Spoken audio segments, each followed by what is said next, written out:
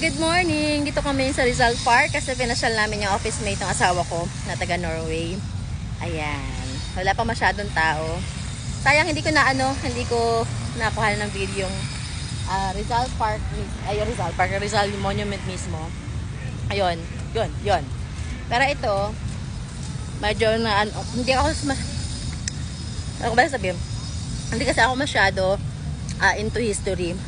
And nagulat ako, sabi ng anak ko, Mami, ito pala na-execute yung Gumburza. Ayan o. Ito pala, itong area pala na to. Napakita ko sa inyo. Ayan, dito rin pala sila. Dito sila na garote.